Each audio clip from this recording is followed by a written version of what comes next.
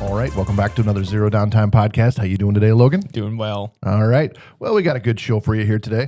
We're going to talk about the strange silence after the Canvas breach, but I do have an update on that came out this morning.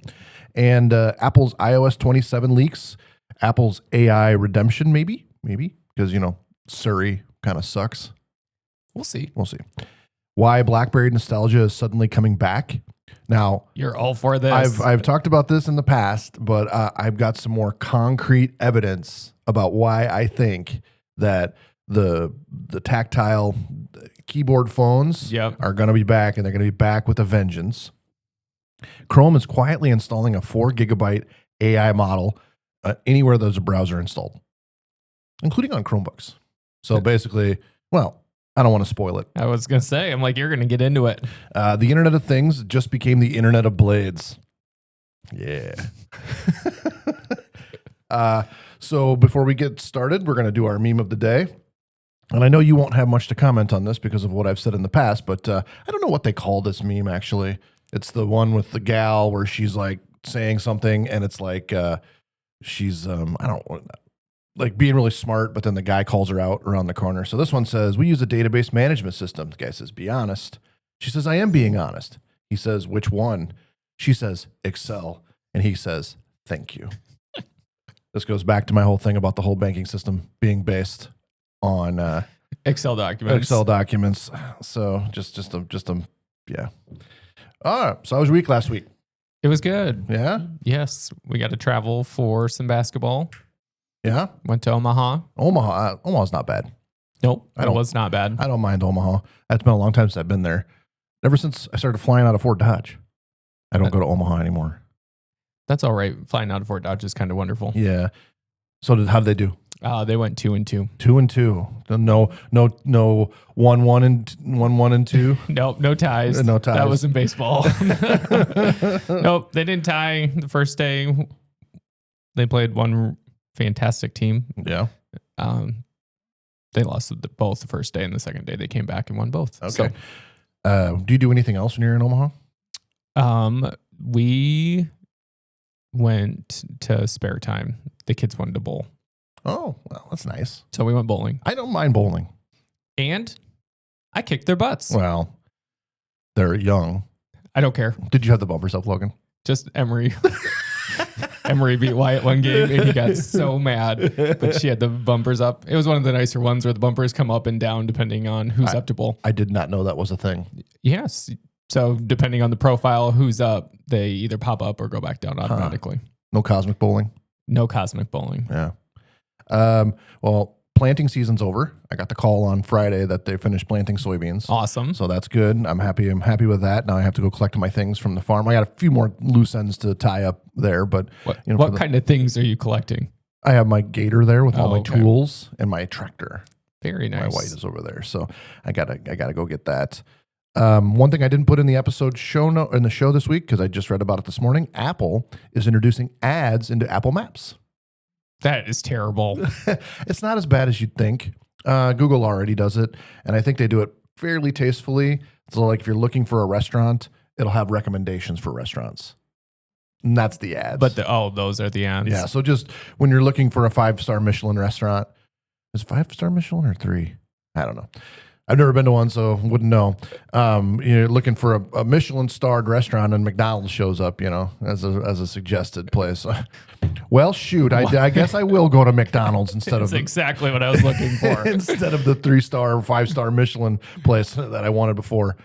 Can't beat the Big Mac, Good deal. Yeah. Yeah, I don't think I had much else going on this last week. No, I've been trying to submit an app to the App Store. How's that going? And it's my first app that I've ever done that's subscription-based. Okay. Oh, it's a pain. They just want to know all the details about the subscription? No, the subscription part is approved, but all the other stuff they make you keep in the app, like you have to be able to delete your account in the app. Okay. Or if it's on another website, you have to give detailed information about how they delete their account. Okay. Obviously they want, so this app is for a particular group of people. So nobody else will be interested in downloading this. It wouldn't like you go and download it. It's like a support group. Yep. And you wouldn't be interested in downloading it because you're not part of their they're people. Yep. So the people that are looking for it know exactly what the app does for them. Yeah. And so, but Apple wants me to be like, talk about a whole bunch about what the benefits are of the subscription. Okay. And it's like, well, I don't want to call out the members of the group, right? Yes. Because it's a support group. And Yeah. so whatever. So I've just gotten accustomed to waking up every day and having to add more to my app. You getting defeated, or you're gonna I'm overcome gonna it? win. I'm gonna win. And I normally when I release an app, I do it simultaneously on Apple and Google. Yep. This one I'm doing it staggered. I'm gonna wait until I get approved in Apple and then do all the Google stuff because it's too much to try to balance both things. Yes. And Makes sense. I posted this on X last night. Anthropic did something that broke their AI. Okay. So it seems like my daily usage limits are higher, but my weekly usage limits are the same. I have never once run out of weekly credits. I ran out last night, and they don't renew until today at 10 p.m. I guess you have the day off. Well, I do more than just stuff with AI. I was joking. Calm down. Well, I'm just for fun designing a Winamp lookalike that will take the Winamp skins, all written in Python. Obviously, I'm harnessing AI to do that, and I'm not going to pay for more credits to be able to do this fun application, right? Yeah. So, the developer of Curl, which I don't think you know Curl, I don't. he got a bug report sent to him from Claude Mythos, Okay. and wrote basically a scathing review of Mythos and how it's all fake. Yeah, you'll have to. You're all for that. Yeah. You know, I think it's fun to call out the AI guys when they do stupid stuff. Like I mean, I'm not saying Mythos is stupid. I'm sure it's good, but yeah, it's a lot of smoke and mirrors too. Yep. So, all right. Let's talk about Canvas, the aftermath. So the most interesting part about the Canvas infrastructure breach might have not been the breach itself. So what happened at the end, it really took a strange turn. First, you know, we talked about this before, but schools across the country started receiving the ransom and extortion, right? So they when they tried to log into Canvas, they said, well, if you want your school back, you can pay for it. Well, look at them being equal opportunity for anyone. So they bypassed the vendor, and it was a big escalation. So normally a SaaS breach, software as a service, the vendor becomes the negotiating layer. So in this case, Instructure, who owns Canvas, would have been the guy talking to the incident response firms. They'd have been talking to law enforcement. They'd have been coordinating disclosures and controlling communications. But the attackers, realizing that Instructure wasn't going to pay, started going to the customers themselves. Now, this does two things. One, it makes Instructure look bad. And two, it makes the school look bad. Yeah. Right? So the superintendents, the school boards, legal team, IT directors all became part of the extortion operation. For schools, that creates a whole ton of chaos. Because Instructure, while they provide school services, doesn't have to follow the rules to a T that schools have to do. So like the schools uniquely, compared to Instructure and other software as a service companies, have limited cybersecurity staffing. I mean, why would you have a cybersecurity guy on staff, right? No. Yeah. The schools have to be concerned about FERPA. They have to be concerned about the minors that are involved, public records exposure, school board politics, insurance complications, and insurance disclosures. So the schools have to actually report the incident to their cybersecurity. What I found so interesting is that they hit during finals week. Oh man, I mean, if that wasn't perfectly timed, I don't know what wasn't. I was talking to a gentleman, and his daughter went to log in to take her final test, and there was nothing there. Yeah, because in our area, I know Iowa Lakes got hit. So with it, and Iowa State, University of Iowa. Yeah, this was in South Dakota. Okay, but the professor had messaged back that it was uploaded, it was deleted, they can't get it back, and your final grade is whatever you had in the class. There wouldn't be a final test. I saw some pictures of professors sending stuff to their students and basically saying, "You've had a week to study. The test is still happening tomorrow." Oh, really? Yeah, whether pencil, paper, whatever. Yep. Yeah, no, this doesn't matter. We're still taking this test tomorrow, and that's it.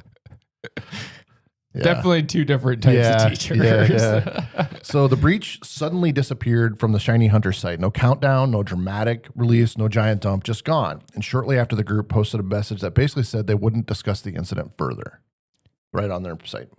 So you just think they got their money? Well, that goes to my update today.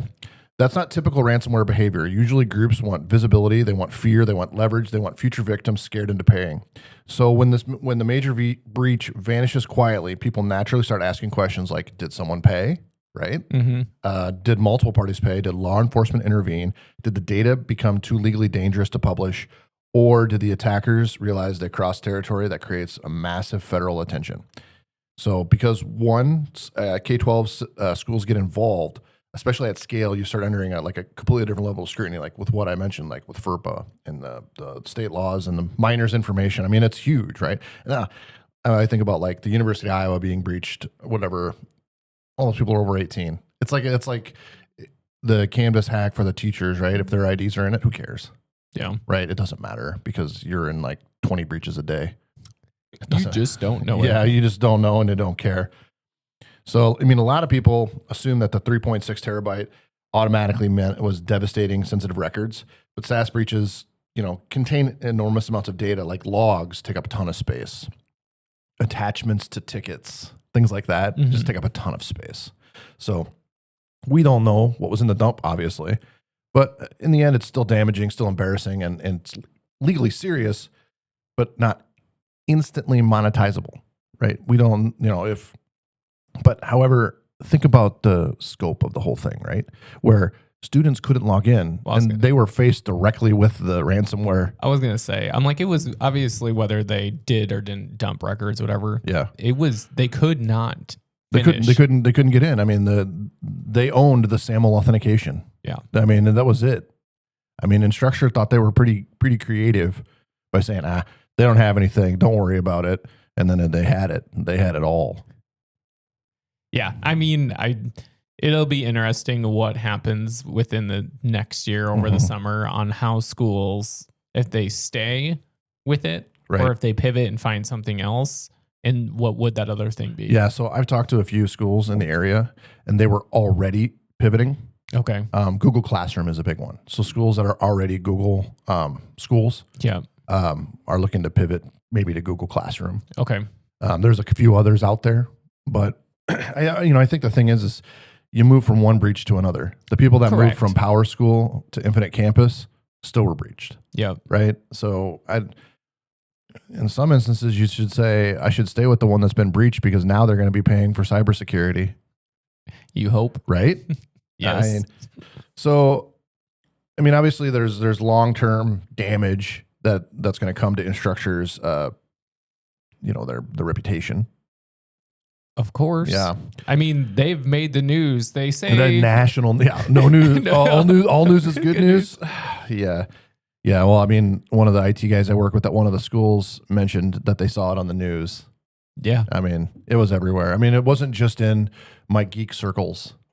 No. Right. Like a lot of this stuff ends up in my geek circles and never leaves. Yeah. So, but this was everywhere. You just have to think of all those kids who couldn't get in, who are telling people that obviously I can't get in. Right. Well, they just went everywhere. They're going to scream the loudest. Yeah. Because that's what they do. And share. because they wait until the last minute to do their assignments. Not that I wouldn't have done the exact same thing. I just would have said I can't get in and I'm just not going to do assignments for the rest of the year. At least it was at the end of the year. It was right at the end. They stole all my information. I don't trust the system anymore. I cannot put any more data in here. My assignments that definitely aren't written by AI, I can't put them in here. So basically, this morning I was Ethan was asking for some shows for our trip to Japan, so I was procuring the show. Okay. And so I was browsing on X, and there was a statement put out by Instructure that basically says they paid.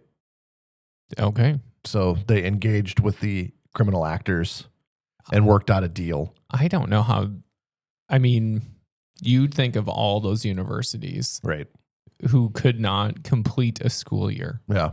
Well, I mean, I'm not saying you should pay. I'm really not. Well, first off, paying should be the last resort, and I feel like Canvas was there At the last resort. in Instructure. Like they were there because it was affecting their customers. When it was just stolen data, yeah, that affects their customers, but right? Yeah. But when the people can't log in to do the one thing that Canvas is supposed to do, right? Yeah.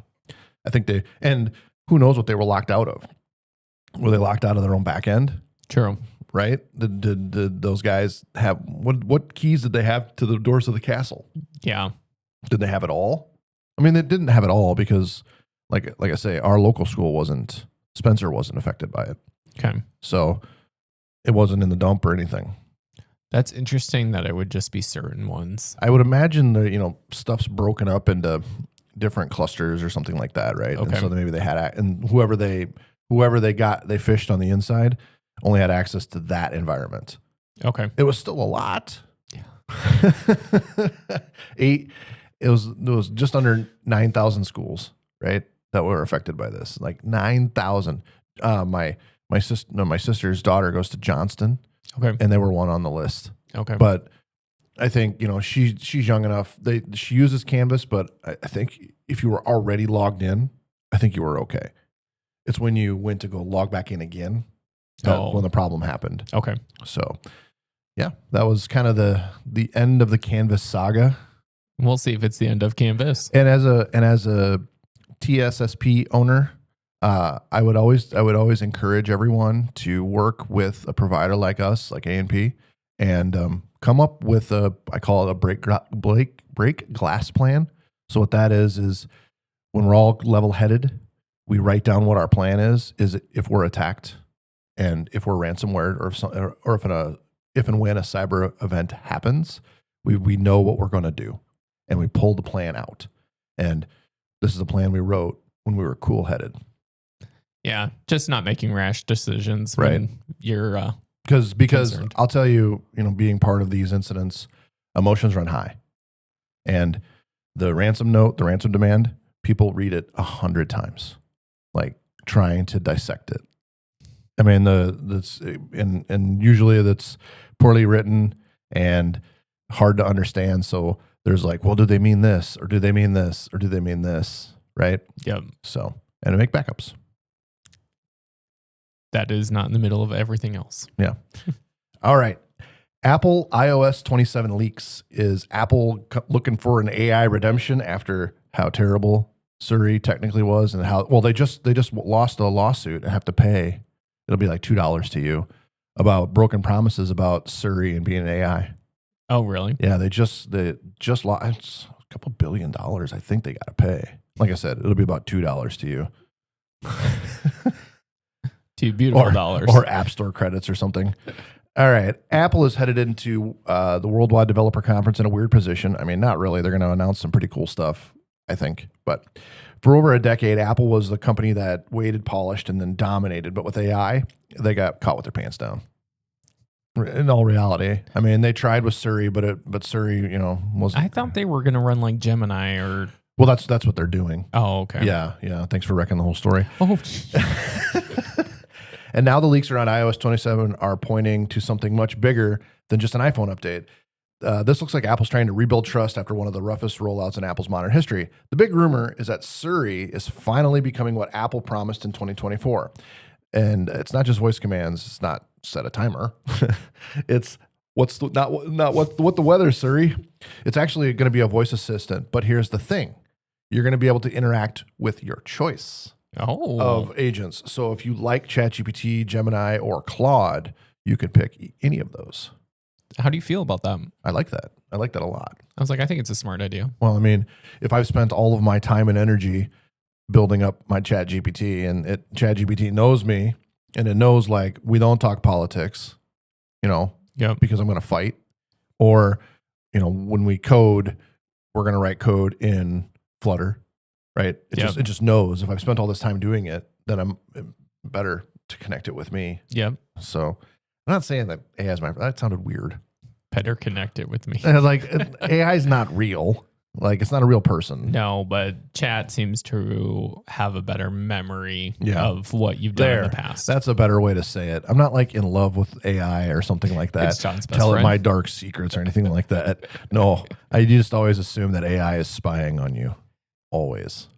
Well, it is remembering everything you type in. And sending it to the authorities. I just assume that all the time. I can't You're just imagine. waiting for them to show up. I can't imagine what my record shows right now. All right. According to multiple leaks, Apple is completely redesigning Siri into a standalone AI system with persistent conversation, voice and text interaction, cross-app actions, on-device contextual awareness, AI extensions that allow third-party modules, like I said, Gemini, Claude, ChatGPT. That last one is huge because Apple has historically controlled everything. You know, you think about the iMac, take it apart, put a card in it. You can't, right? Apple likes to control everything from end to end. So by being able to plug your own AI in is very un-Apple. Do you think they will ever pivot and have their own, or No. it's just? I think they're going to ride the backs of the trillions of dollars that's been invested and not invest a dime. Well, they'll pay for it, but they're not going to invest in any money into it. I don't think. I think why? Well, I mean, I agree. So, yeah, this is what I just said. Apple is $250 million. It wasn't billion. Settlement tied to the delayed Siri AI promises that allegedly helped sell iPhones before the features existed. So what that means is they promised that there was going to be AI. So someone just remembered that you threw out these promises and it never happened. I'm sure it was written down. But yeah, well, it's like Tesla and full self-driving, right? It still like doesn't do it. Autonomous driving. It doesn't do it completely yet, right? Okay. And Tesla's promised it for years. Elon's been on Twitter or X for years saying that autonomous driving is going to be coming, and it's still not here, right?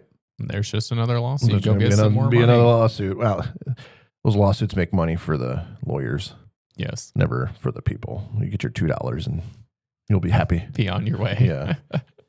So Apple's brand has always been built around trust and predictability. So when Apple announces something, consumers assume it ships. This is back to the lawsuit. The confidence cracked, and when the Apple Intelligence rolled out.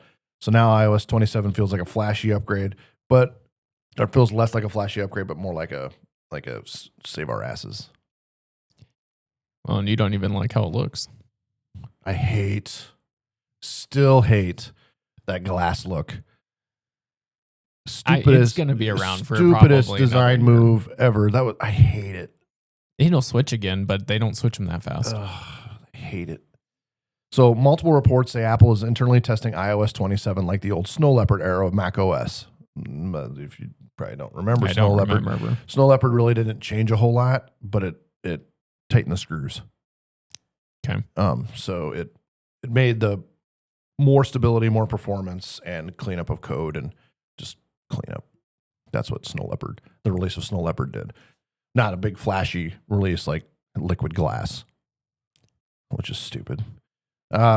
Which I think, honestly, it's probably the smartest thing they could do right now because consumers are just AI fatigued. Like, you probably pay for 2 subscriptions to AI, 2 different companies. I do. I mean, it's so stupid. I do too.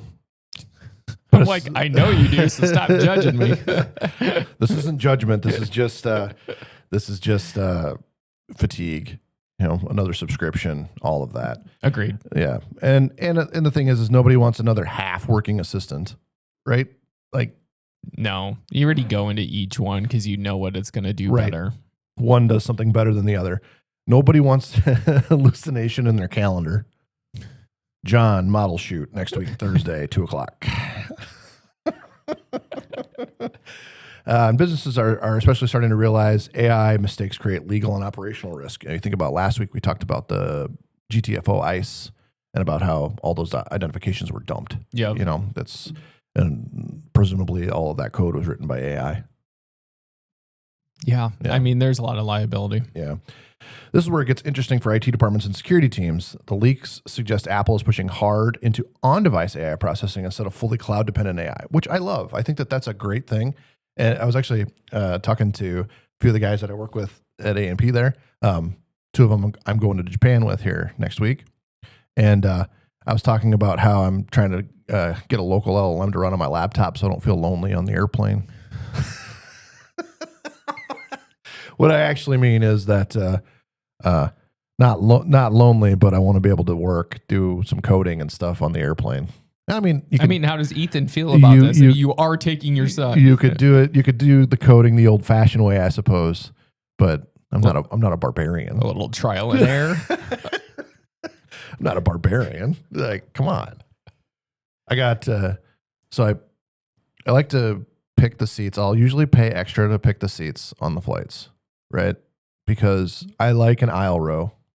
That's what I like. I agree. Okay. And so we're flying American Airlines to Los Angeles and then Los Angeles to Japan. I wanted the way out to get a short break from a 13-hour flight. Yeah. Then I was told by one of my other employees that the LA airport's a mess right now, and it's really hard to get to between gates, and you know how I feel about that. God bless your son. If you've never flown with John, he always has to see the gate before he can do anything else. Yes. So I picked the aisle row there, and Ethan got an aisle row. We're across from each other in the aisle.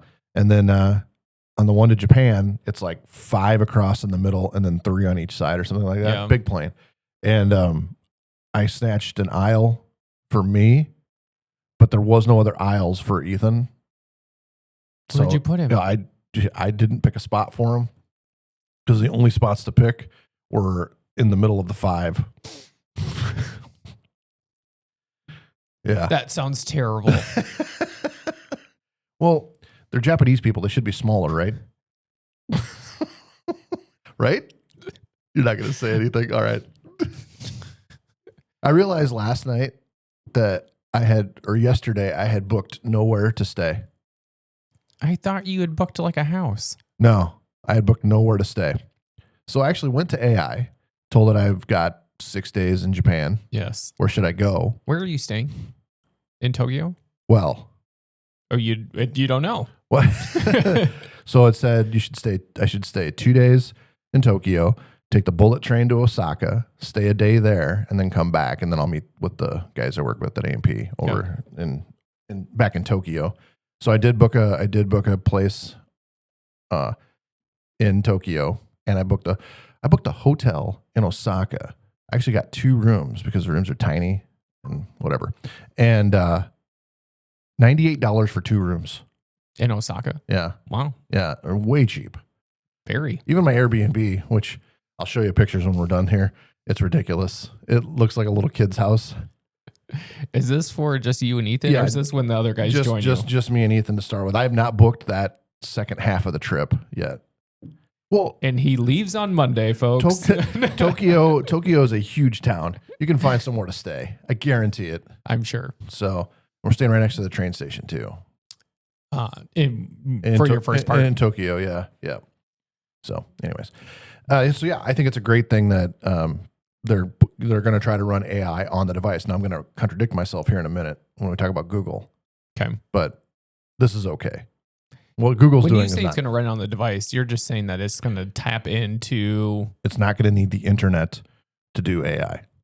How does that work when it's using Claude or using ChatGPT? Well, there are going to be 2 different ways. So there'll be an LLM on the device and then an LLM that you select. Okay. Yeah. So you can run it offline. Okay. So if Apple can meaningfully run AI local on the device, it means less data leaves the phone, obviously, less cloud exposure, fewer compliance issues, and reduced privacy concerns and better offline capability. Like I said, it'd become very attractive for healthcare, education, government, and enterprise deployments because the IT department doesn't have to worry about what's leaving. Correct. So there's also rumors about expanded satellite functionality. So maps over satellite, which I think is cool. Messages with photos over satellite, third-party app satellite APIs, that's cool. And even automatic satellite acquisition without having to aim the phone at the sky.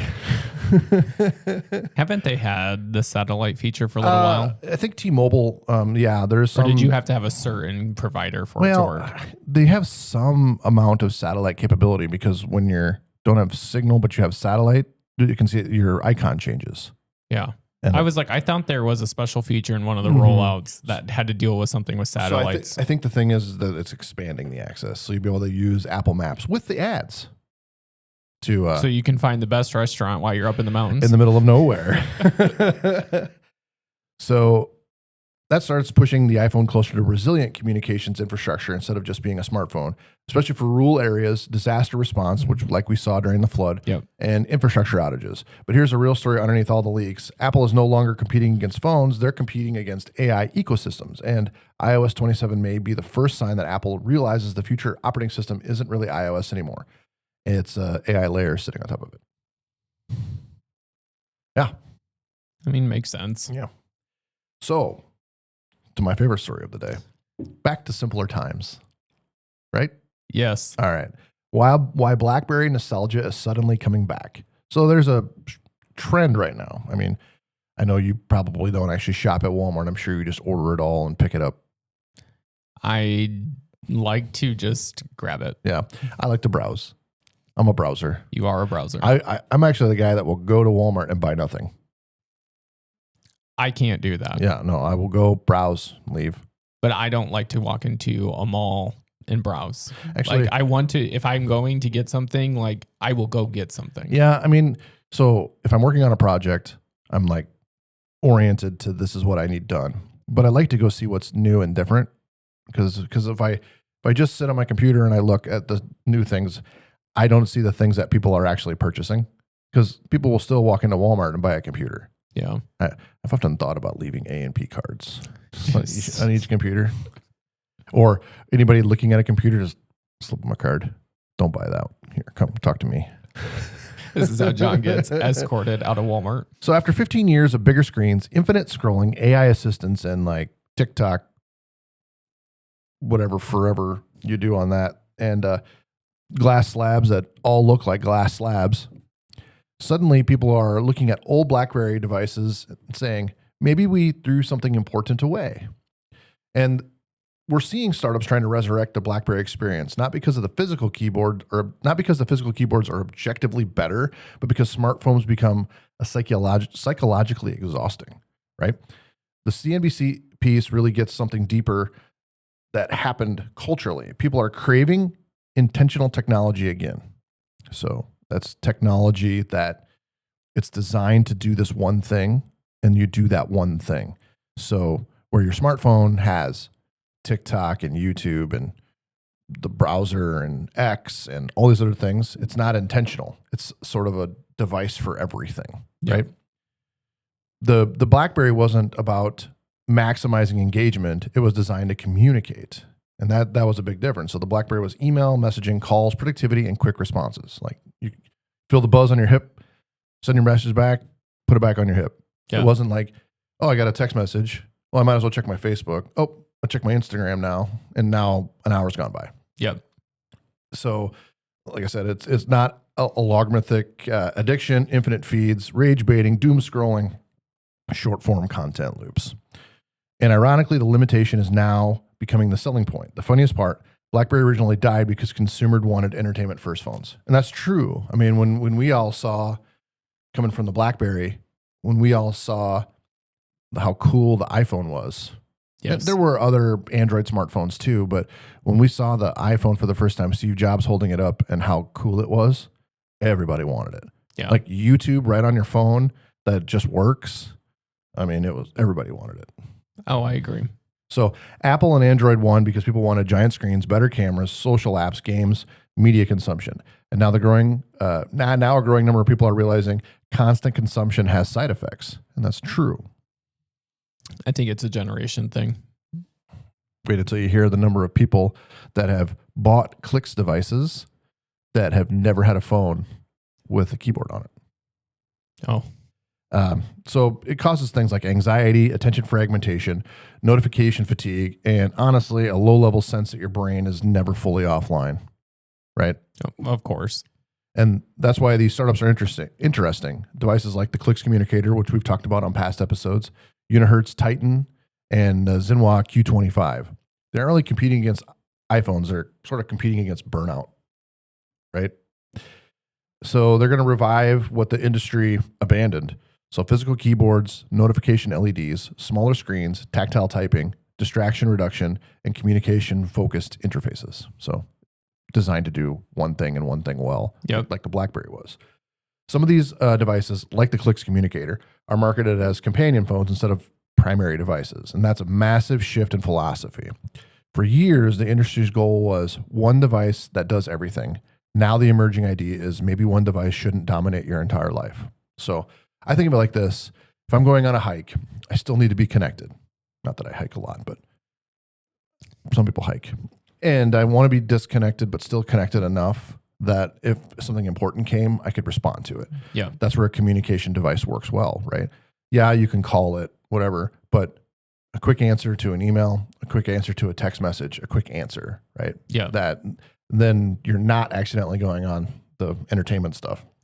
Well, I think a lot of times you grab your phone, you look at one thing, then you realize you have all these notifications. You start looking at your notifications. All of a sudden, you're browsing so many different things, and it's like, why did I get on my phone in the first place? I went out this morning to see if my rejection from Apple was here. Okay, and ended up in a Facebook conversation with somebody about this Chinese mayor that got arrested for giving information back to the Chinese government. Like, what happened? I usually don't look at my phone in the morning until like almost 8 o'clock. Well, you have like distraction or the thing where people can't text you after hours. It's silence. You can text me. I just don't. It doesn't go off. Right. I don't do that. So, anyways, but you have that even on, and I don't. So, yes. Mm-hmm. I'm not that I don't care if something bad's happening. You just gotta call me.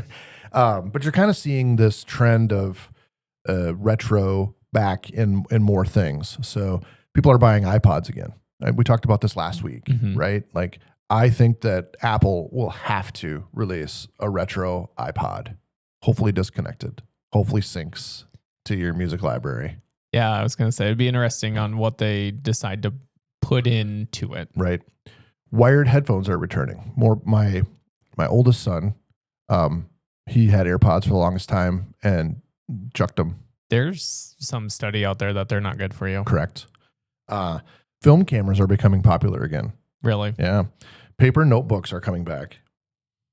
Well, kids probably, my kids barely use paper and pen. Right. Yeah. Handwriting is a weird thing, right? Yeah. So, and writing in cursive is just non-existent. Dumb phones are trending again. So even less than the Clicks communicator device, right? Yep. Dumb phones are coming back. This is my Walmart example. Vinyl is exploding. Like, you don't see CDs in stores. You see vinyl. And vinyl comes with the MP3 downloads. Okay. So you get both. So you get to listen to it on vinyl. It's like I say, it's intentional. Yeah. Right. So if I'm going to listen to this artist, I'm going to just listen to this artist. If I'm on my phone listening to music, am I listening to that artist and then 16 others? True. Right. It's intentional. So local first software is gaining traction. So people are trying to reclaim the friction that the smartphone has caused. So because frictionless systems optimized entirely around engagement often become psychologically manipulative. Well, I mean, the whole invention of the forever scroll. I know a few couples who had just gotten married, so fresh out of college, have zero social media on their phones. Yeah. They have the accounts, like they can log into them, but like they do not have any of it syncing on their phone. Yeah, and a lot of our younger employees are that way too. Yeah. They I don't know if they have it on their phones or not, but they don't seem very active on their social media, which I think is okay. Oh, I think it's great. But there's an interesting cybersecurity angle to this whole thing. Modern smartphones became incredible surveillance and behavioral data platforms, right? Yeah. Yeah, you're basically carrying around a wiretap all day. Meanwhile, old school communication devices feel simpler and more trustworthy, even if the perception is only partially true. Because, to be fair, the Clicks communicator will connect to the cell network. It'll still have the same apps it's an Android device in the end. Yeah. Which is with a smaller screen. So it just becomes more inconvenient to use Facebook. Right? Correct. Because users increasingly do not trust social platforms. True. App stores, AI assistants, cloud ecosystems, or notification-driven engagement systems. And that creates a space for smaller companies to experiment, like Clicks and Xinhua. And Xinhua is actually taking the old Q25 and kind of giving it new life. Okay. So their business model probably doesn't last forever until they figure out a way to build their own phone. True. So realistically, these keyboard phones are probably never going to become mainstream again. I'm gonna give on that. I agree. I think it'll be a trend. Yeah. The glass slab phones, one, because their apps are larger, they have better media experience, awesome cameras, right? Battery optimization, manufacturing efficiency, and developer support. However, I believe the Clicks communicator will have a replaceable battery. And that's something that I do kind of miss. I didn't always have extra BlackBerry batteries on me because the BlackBerry lasted like a week anyways, which was a good and bad thing because you just never remembered to plug it in. True. You would have done well. I had one. I never charged it. Yeah, I'm sure. It's true. Just charged I'm it a up. very bad Charged it up in your car on charger. the way to school, and that was it. I was like, you didn't need to. Yeah. I had a Nokia, like a old, like the brick Nokia. Yep. And I never charged it either because at that time in the 90s, cell phones were stupid. Like, I was like, this is stupid. Threw it in my center console. Just never used it, never charged it. Got a phone? Yeah. Well, I was like, mom was like, it costs like $3 a minute. My mom does not sound like a smoker. That was a terrible impression. I was like, your mom doesn't sound like that. My mom does not smoke, and she does not sound like a smoker. But she said it was basically $3 a minute to call on it, so never use it. So what if it had been an emergency? You would have never been able to use the phone. Actually, Pedro and I went in a ditch one time over by Sibley, and I had to call then. And it turned on for you? I had to plug it in to charge it because it was dead. Even the modern retro devices still have some compromises. So like I said, weaker cameras, niche software, which they're going to have all of the popular messaging apps. It's just going to be in a smaller form factor. Awkward app scaling, which is true because the screens are so small, and uncertain long-term support, which is very true. Now, the guy who designed the Clicks, which is the one I pre-ordered, was the guy who designed the BlackBerry keyboard. Okay. So, I mean, it's not like we're coming into this with the, companies that have no idea how people use keyboards on their phones. Correct. Like the guy who invented he didn't invent it. He was like the later on BlackBerries, the keyboards he designed. Well, I just feel like there were many phones that had keyboards. BlackBerry probably just was the most memorable one. Yeah. Yeah. Well, BlackBerry was designed to communicate. I mean, that was the whole point. It was email in your pocket. Yep. Right. All right. These phones aren't selling better specs. They're selling relief. And honestly, that may become one of the biggest tech markets of the next decade. Technology designed to protect your attention instead of harvest it. So about 45% of the people that have bought or pre-ordered Clicks devices. So Clicks comes in two flavors, the communicator and the add-on. So you can go to Best Buy or whatever, order online, and you get a keyboard that connects to your iPhone. Okay. And then you can slide it out, and it removes the keyboard on your phone when you have it connected, and then you could use the keyboard on the device. Okay. 45% of those people have never used a phone with a physical keyboard. That's crazy. That's a lot. I'm trying to think of when they kind of really went away. 2007. That's when BlackBerry went away? I mean, because did you have the Droid? Yeah, I had the Droid. Yeah. Because I had a full keyboard on it. Yeah, that had the slide out on the side keyboard. Yeah. And that was pretty awesome, but it wasn't as good as the BlackBerry. No, but I liked that. Yeah, the one that Droid. Yeah. Turned it on. Yeah. Clicks has already sold more than 100,000 keyboard products. So that's just the click-on keyboard. Okay. 100,000. Which one did you pre-order? The communicator. So the separate device. The actual phone, yeah. Okay. And they've done the 100,000 keyboard products even before they've launched their standalone phone. So the new Clicks communicator is $499, which, I mean, when you consider an iPhone costing $1,200 or whatever it's going to be now, and the foldable it's going to be $3,000. Like $499 is a budget phone, a budget smartphone. Yes, but you still have to have a different phone for it to work. No. The communicator can be its own standalone. Yeah, it's its own standalone phone. Okay. It's just not meant to be a media device. Okay. I thought it still... Did we talk about a different device that you could have that pretty much still ran off your phone? It was the communicator, but I think you just misunderstood. Okay. Yeah. So they're not positioning themselves premium, but rather intentional use device rather than like some budget gizmo. The phone is going to ship with Gmail, Slack, WhatsApp, productivity, but it's not like I say, an entertainment first design, a 4-inch display. Yeah, like I say, it's designed to basically be a 2-phone lifestyle. So you've got your daily driver, which is, would be your iPhone or whatever, but then you have the second phone that you can disconnect but still stay connected. All right, question. Yeah. Same phone number on each? No. And I don't know how that all works. So I used to carry 2 phones, right? Yeah. And I don't anymore. And it's fine. I have more pocket space, I guess. But yeah, I think the thing is using WhatsApp, using Telegram. If you have a Mac that you leave up permanently, you could use Blue Bubbles. Okay. Android app to be able to message and then forward your calls. Okay. Yeah. And I also think if you leave your iPhone close to your Mac, you can send and receive SMSs. You can't with Blue Bubbles normally send and receive SMS messages, like the green bubbles. Yep. But if you leave it next to your Mac, like when you're going on your hike, it would forward the SMS messages to your communicator device. Okay. Yeah. So yeah, I think that you know what that's pretty much all I have to say about that. It'll be interesting. I think I got my point across. I'm curious to see if you like it when it arrives. I think I will. I really do. I think it'll be a fun device. Do you have an idea when it's supposed to arrive? I don't think they've announced. They said some quarter. I thought they said first quarter, but I think we're done with first quarter. We are out of quarter 1, which means we're in quarter 2, which means that we're going to get Chrome on ARM. All right. So Chrome is quietly installing a 4 gigabyte AI model on anyone that has the browser installed. Yeah.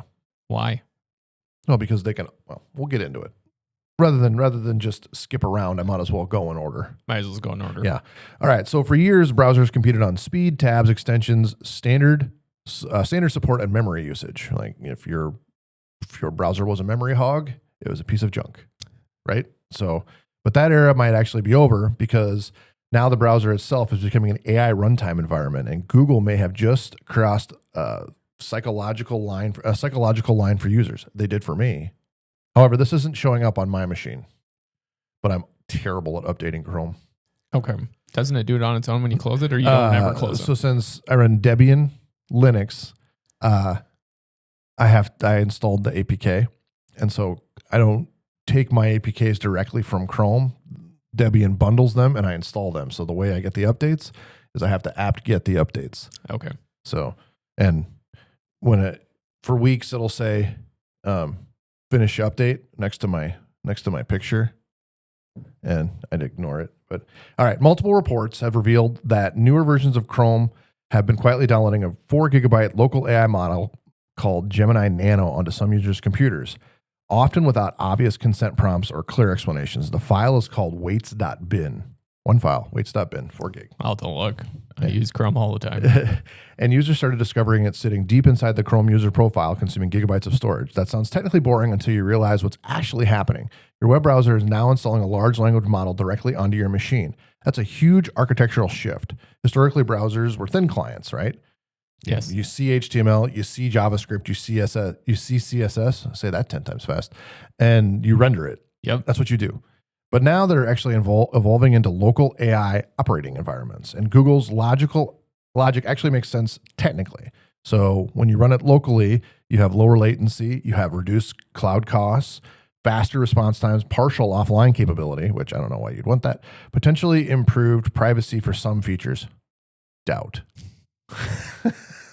I think everyone always says privacy, and they have no clue. So Gemini Nano is used for things like scam detection, writing assistance, summarization, autofill intelligence, tab organization, and browser-level AI features.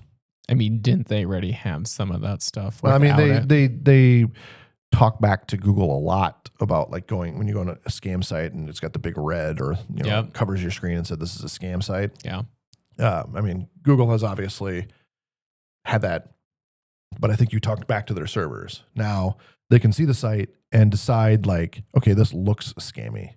Okay. It's kind of a different level because you can catch the scams earlier if you did that. Okay. The backlash is really not about AI itself, which I agree. I think it's about consent.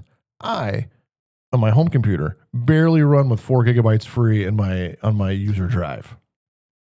If this got installed, it would kill me. I'd be dead in the water. You know what happens when your hard drive fills up to Chrome? What happens, It John? crashes. Sounds like a problem. Yeah. And then that's my sign. I know I need to clean up my home folder. I was just going to say, I'm sure you have some things that could be removed. I don't know what that's supposed to mean. Whatever. Moving on. Users are upset, and rightfully so, because the download's huge. Many didn't realize it was happening. Deleting it reportedly causes Chrome to reinstall it. And there was little transparency around storage impact. But that's where this becomes a trust story instead of a full browser story, because users increasingly feel like modern software is no longer owned by them. Right? Yeah. It updates itself, installs features automatically, changes settings silently, downloads gigabytes in the background, enables AI systems users never explicitly asked for. And I think the last one is probably the most controversial out of all of them. That just enables it? Yeah, it just enables AI automatically. Like, I think that's, to me, that's the biggest deal. I don't know what is right or wrong when someone builds something and just adds something new into it. But Well, it's crazy that it's different. Everything just happens. Like, so you're looking at it like, so think about it like this. When somebody adds something to a piece of software, you would say that's a new feature, right? Yeah. But there's probably some people that explicitly don't want or need or use AI at all. Yeah. And so to them, it's not a feature. True. Like if I'm downloading a CD burning software, I'm going to age myself, I guess, and they add a new feature, right? Well, it's something that's related to CD burning. But I think too, them announcing they added a new feature allows you to choose if you want to keep using it. Correct. And there is a way to disable it. I thought you said it installs it right back. If you delete the file. Oh, okay. Yeah. If you just go and like what I would do, I would search for large files and I'd be like, the heck's this wait.bin? I'm going to delete that. And then it would just come back. Okay. But there is actually a way, we're not going to go on that on this episode, but there is a way to disable it. So browser local AI models are coming to everything. So operating systems, local AI models are coming to everything. Operating systems, office suites, phones, IDEs, security tools, and sadly, printers. Maybe they'll get smart enough they can fix themselves. So the browser war is quietly becoming whose AI lives closer to the user. And Google has a strategic reason to aggressively move here, and that's cloud AI expense, right? Instead of having it run on their machines, they can just use millions of machines to do their bidding. And it's expensive. So, because every prompt that you send to AI is costs, right? GPUs, power, bandwidth, cooling, data center scaling, all of that. So the industry definitely wants inference pushed toward the hardware, the user's hardware. And that's what Gemini Nano represents. Offloading AI workloads from Google's data center onto your machine, and that changes the economics of AI dramatically. But there's another fascinating angle here. Google argues that local AI improves privacy because some of the processing happens on the device instead of the cloud. Doubt. Information is power, and Google's going to take it all. Yes. Critics respond, okay, but maybe ask first before dropping 4 gigs onto my SSD. I think that's valid. I don't know how they can just install that and think everyone wants it. It's true that users want privacy, local processing, and fast AI, and maybe even offline capability. But they also want transparency, storage control, bandwidth control, battery control, and informed consent, because running a local AI model is not free to your computer. Well, no, it's going to take up CPU, GPU, all of that, because Chrome already has access to the GPU on your machine.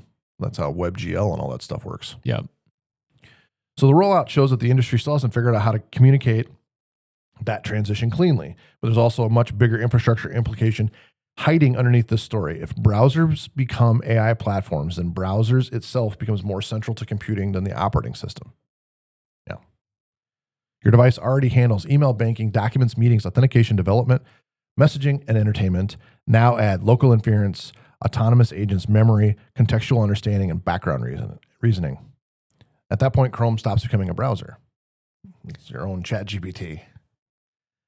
It starts looking more like more lightweight AI operating system, and that may explain why companies are racing so aggressively into the browser AI right now, because whoever owns the browser may end up owning the AI layer sitting on top of the modern internet. I mean, that makes sense. Yeah. So the Internet of Things just became the Internet of Blades. I am intrigued to hear this story. So we're putting the internet on everything. Correct. And I hate it. Does your fridge have internet? No. Well, yes. But it doesn't have a screen. Okay. And I think it could function without the internet. It just sends me an alert when the door's open. Oh, how nice. I hooked my fridge up to Home Assistant. Okay. And I immediately broke the light on the inside of it. So like you open the door and the light doesn't work. Yeah. Yeah. Like it didn't turn on. But I could use Home Assistant to turn the light on. It just wouldn't function normally. But then I have to have my smartphone in my hand to turn my light on and off in my fridge. I'm sure your wife loved that. Yeah. Well, they thought the fridge wasn't working. Right? So, yeah. All right. So obviously it's in fridges, thermostats, and doors and doorbells. But this week, there may have been a moment people finally realize what happens when insecure IoT devices stop being passive gadgets and start becoming physical machines, because a security researcher just demonstrated remote control of thousands of internet-connected robotic lawnmowers. And then, for emphasis, remotely drove over to a reporter. So the company at the center of this story is Yarbo. Have you looked at Yarbo lawnmowers? I haven't, but you've talked about them before. I think that there's better models now than the Yarbo. Okay. But the Yarbo was one of the first ones in front of my face. Okay. And there were others before that. But what an awesome machine. And like 2 o'clock in the morning, it'll just go mow your lawn. I would be all for that if I didn't have a 12-year-old. Don't worry, he'll move out eventually. I know. Well, maybe. The company at the center of this story, Yarbo, sells modular robotic yard equipment. Now, Yarbo doesn't just do lawn mowing. It does snow blowing, leaf blowing, and trimming. You just buy a different attachment for the front of it.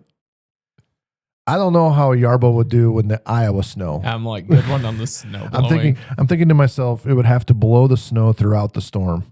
The entire time. It would just have to keep going.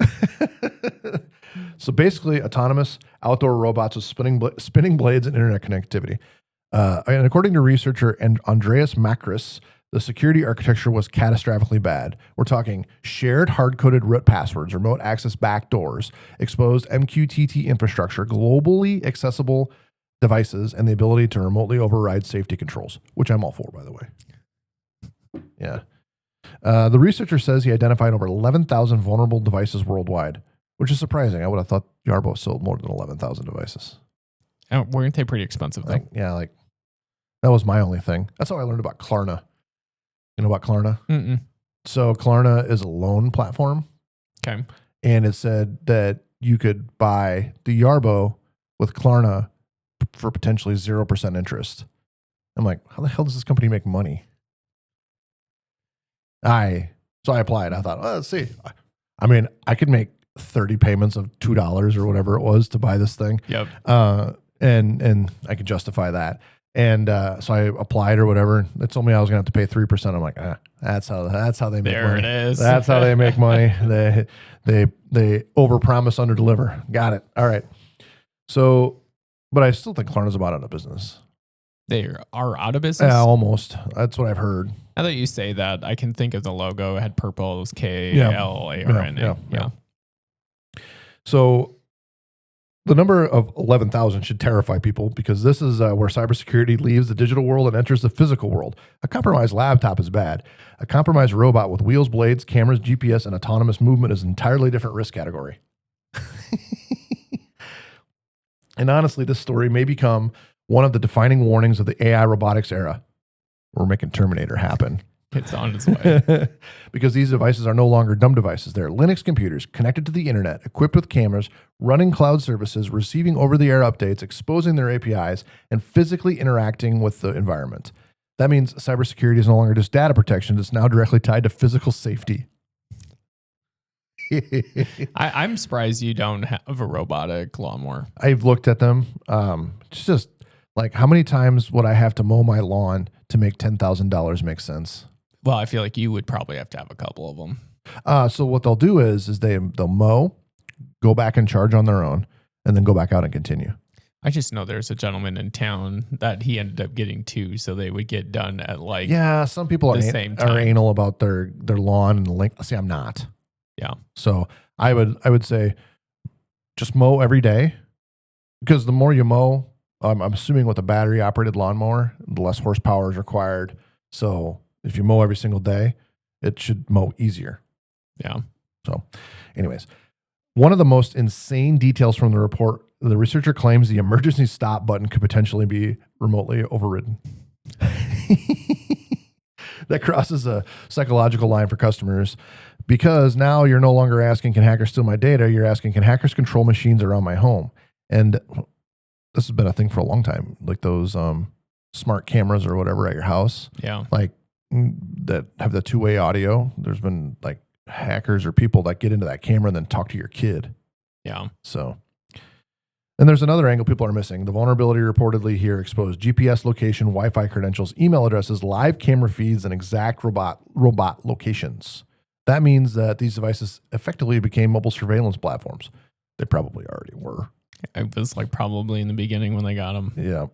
The researcher reportedly mapped thousands of robot locations globally, including devices near sensitive infrastructure. Now combine that with the broader trend happening right now: AI robotics, autonomous delivery system, humanoid robots, warehouse automation, smart factories, AI-powered home assistants. The industry is rapidly connecting physical machines to cloud systems before the security model is mature. Because, it's wide open. Yes. The story feels eerily similar to other IoT disasters and what I mentioned before. So the default passwords on IP cameras, hacked baby monitors, Mirai, whatever, botnets in general, insecure DVRs, and exposed home systems. So like DVRs would actually be like your camera recording device, not like your TiVo. Not that you're going to watch your show back. The hackers are deleting the shows I recorded. Except now that endpoints have motors and kinetic energy, and that changes everything, because once a device can move, lift, cut, drive, unlock, or manipulate the environment, cybersecurity becomes a product liability issue. And this is the part that really should concern enterprises and municipalities. So a lot of organizations are rushing towards automation, which is true. Like you look at Amazon and all of that stuff that's happening in the warehouse, getting rid of people and replacing them with robots. I was just going to think, what if someone overrode an Amazon factory? How much would that mess up business just one day? One day. Yep. So anyways, that's I could keep talking about the Internet of Blades. I mean, it's crazy. It doesn't surprise me the way that everything seems to be vulnerable nowadays. Right. Well, and security is becoming second. Yes. Over convenience. You'd rather have convenience than security. Everyone is trying to launch something as fast as they can. Right. Because they have this idea, but not probably taking all the measures they used to take. When we talked last week about the GTFO ICE app or the app that let the women rate the men. Yeah. They're talking about making it so the kids can't ride the scooters down the sidewalks in town here. That's all right. Have you heard about this? No. Yeah. I mean, some of them are going 30 miles an hour. Fast. They're like 10 years old going 30 miles an hour. I'm like, that's like faster than a moped. We had gotten Wyatt one, but I got him a slower one. Uh-huh. So you're the coolest dad ever. No. But I just knew that people are going to look at these kids and freak out, but I knew they would take them down the sidewalks. Oh, yeah. I don't think why. I think he usually drives his on the street. But well, I was sitting over at like a hobo sitting outside of Design Masters the other day waiting for a ride, like a hobo. And I was watching this kid riding to school down the sidewalk, just like I thought 30 miles an hour down that sidewalk. And all I could think is he's coming up to the corner where Black Hills Energy used to be. Yep. The old middle school or whatever. Yep. And there was a car coming, And all I could see is that car just looking right through him because you're not expecting a bicycle going 30 miles an hour down the sidewalk. No. And all I could see, it didn't happen, but all I could see is that car pulling out too far and that kid not knowing how to stop. Because when you're 10 years old, 11 years old, you don't understand like the length of time it takes to stop. No. Well, and like you had said, I've seen where the motorcycle bikes or like it would be like an electric bike, I should say, are passing mopeds. Yeah. I'm like that. You don't even have to go. I mean, you just got on that and went, at least those people with mopeds went through a class. Yeah. Well, and yeah, they had to take a test. Yeah. I bought Emily a bike the other day, and one of the questions the bike salesman asked me was if I wanted to get her electric. And I said no. And that was a good thing because apparently those are $4,000.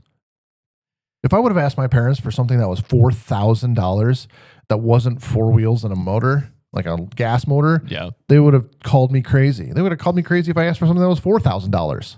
Yeah. Like, agreed. You get a $750 car and that's it. I don't disagree. Are these parents really out there spending $4,000 on an electric bike for their kid? The ones that a lot of them aren't that expensive. No. I shouldn't say that. I mean, they're probably still like $500, but they're not $4,000. You were just like cream of the crop bike, apparently. Apparently. I saw a motorcycle today. I don't know anything about the company. $2,000 for a gas-powered motorcycle. Really? Yeah. All right. Well, that's what I got for today, Logan. My only question for you is, what do you think would be the biggest waste of money a business is spending on technology right now? Right now, what would be the biggest waste? Like I walk in and I think, why would you buy that? Or you shouldn't have spent that, or you don't need this. Yeah. Boy, I don't know the answer to that off the top of my head. Let me think just for a second. What would be something? Well, I could think of something that they should spend money on. Like you should really be considering how to use AI in your business.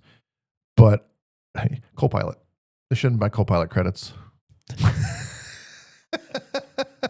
In all seriousness, I would take a deep dive into your subscriptions and what you're paying subscriptions on, and decide like, is there another piece of software that there isn't a subscription, which is hard to find now. I'm like, those barely exist. Everybody wants it. Everybody wants, but I think that probably if you dived into what you're spending monthly or yearly on subscriptions, you'd probably be able to find a whole bunch of stuff that you could cut pretty easily, and it wouldn't affect you at all, probably. Yeah. So I would say probably some unknown subscription would be the thing that I would look at first. Makes sense. Yeah. Unless they're paying me for it, then they can keep it. No, that's not true. I would never do that to somebody. That's a lie. Please like, comment, subscribe. Yeah. Let's go. Comment. John loves a good comment. Yeah, I've been enjoying some of them. All right. See you next time.